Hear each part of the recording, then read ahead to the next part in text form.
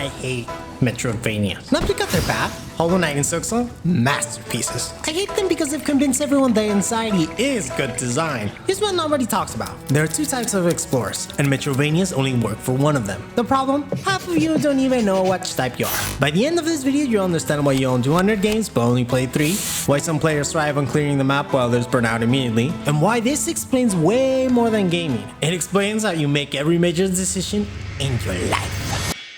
So let's talk about Hollow Knight. Beautiful game, incredible art, soundtrack that makes grown men weep, and I did weep, mostly from frustration, but still. Even though I liked the game, something was off. I kept getting stuck and asking my friends where to go next, and that's when I noticed something weird. Their responses were completely different depending on who I asked. One friend would get genuinely excited helping me to figure it out, while one seemed almost annoyed. And you know, fair enough, I had the same feeling when it came to the game. See, going in, I did have somewhat high expectations. Something like that beautiful feeling of Christmas morning when you get up from bed and rush downstairs wondering if you got what you asked for, or something even better. And I did get that for about 5 minutes. Next thing I know, it says, oh look at that, and more like, this chicken is cold.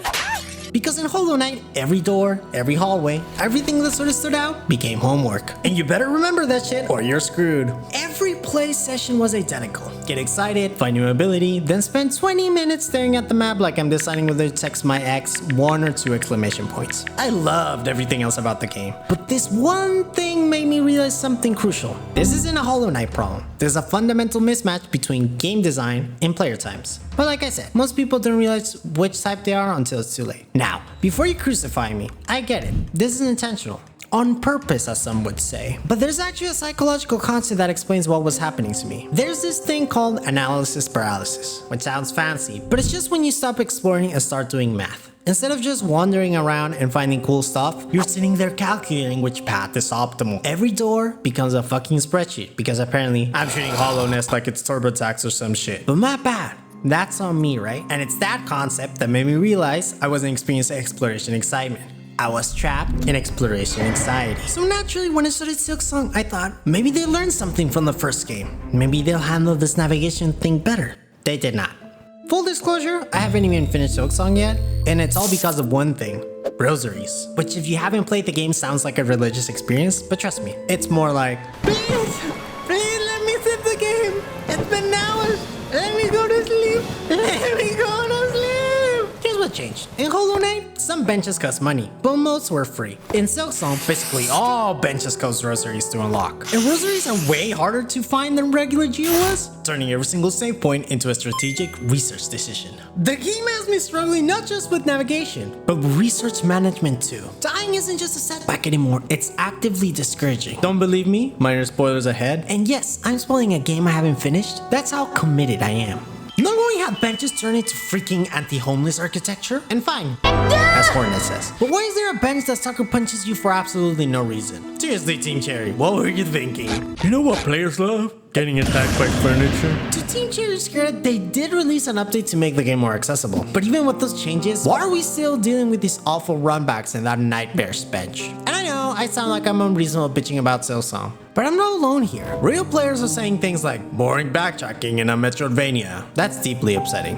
When your exploration game makes you feel like exploration is a chore, you might have a fundamental problem. It's like making a dating app where swiping costs money. Oh wait, that already exists. There's also this concept called the paradox of choice, and it shows how more options can actually decrease satisfaction. And yes, I'm using fancy concepts again. Apparently that's my thing now. So what does this have to do with anything? Well, the rosary system is a master at this. Every save point becomes a micro decision that carries the weight of potential future regret. It's economic psychology meets spatial anxiety. Now, I'm not just worried about remembering where doors are, I'm worried about whether I can afford to unlock the next save point, whether I should explore this area or that area, whether I'm making the right choice with my limited resources or not. I'm out here doing cost-benefit analysis like I'm buying a fucking house. But lucky for you, after hours of psychological torture, I figured it out. Remember what I said. There's two types of players when it comes to exploring. The first are the systemic navigators. These people love jerking off to Meteoidvanias. They have high working memory, enjoy spatial puzzles, and actually get satisfaction from the mathematical side of exploration. When they see a locked door, they think, challenge accepted. They're human filing cabinets. And honestly, good for you, dude. I'm totally not jealous or anything, okay? But then there are the intuitive wanderers. That's your boy. enjoy. Your present moment focus, need forward momentum, and prefer curiosity-driven discovery. When we see a locked door, we think, cool, maybe I'll be back later. Maybe not.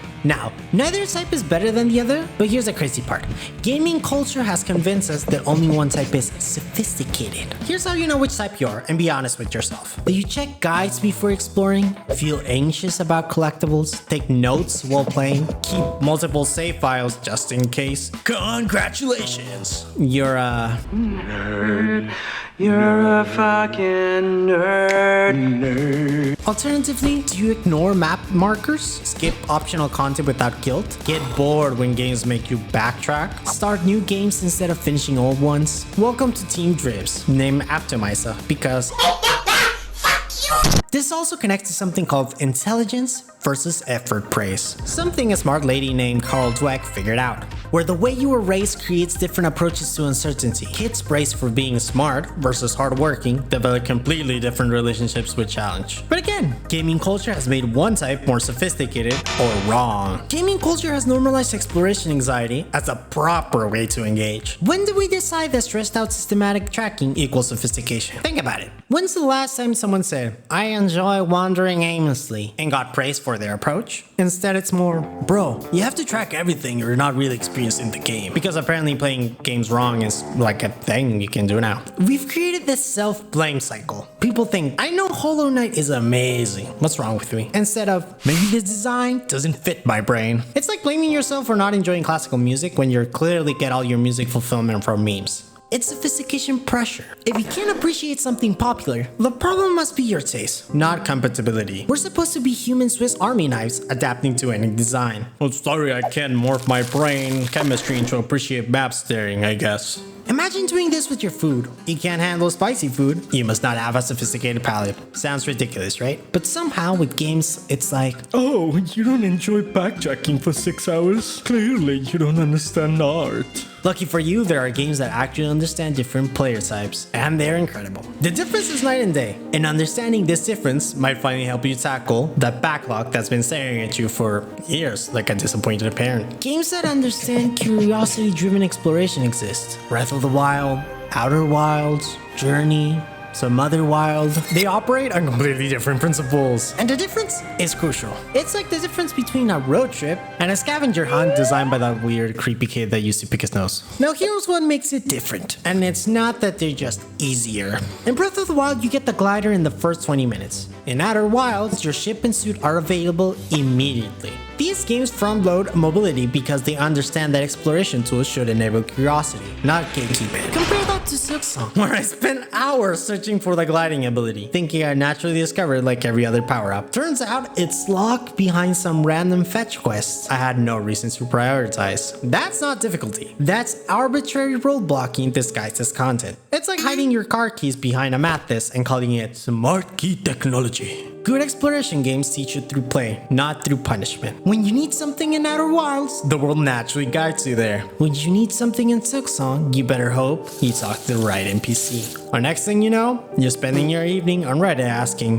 where the fuck is the glide ability? Then there's the rewards. Each step of exploration in these games pays off immediately. You're not investing in future payoffs or managing anxiety about optimal paths. Discovery itself is a reward, not completion percentages, not achievement hunting, not whatever the hell Death Stranding was trying to do with feet. Seriously, some games get so obsessed with metrics they forget the actual experience. The key insight? These games designed for, I wonder what's over there, not, I better check every corner or I'll miss something critical. One makes you feel like an explorer, the other one makes you feel like you're auditing a haunted cave system. Silksong has moments of this, when abilities unlock naturally through exploration. It feels magical. But then it randomly locks essential progress behind obscure side content and suddenly you're back at the anxiety. Both approaches serve different player types, but only one pretends the anxiety is the point. This exploration anxiety thing isn't actually about games. It's about how we handle uncertainty and choice in general. Gaming just happens to be a really clear mirror for these patterns. Mirror, mirror on the wall, who's the most ancient gamer of them all? It's Britney, bitch. That completion anxiety I feel when looking at Meteoidvania maps, same energy I bring to career decisions, relationship choices, basically in a situation where I might make the wrong choice and miss out on the optimal path. Because I'm a gamer, and I treat my love like...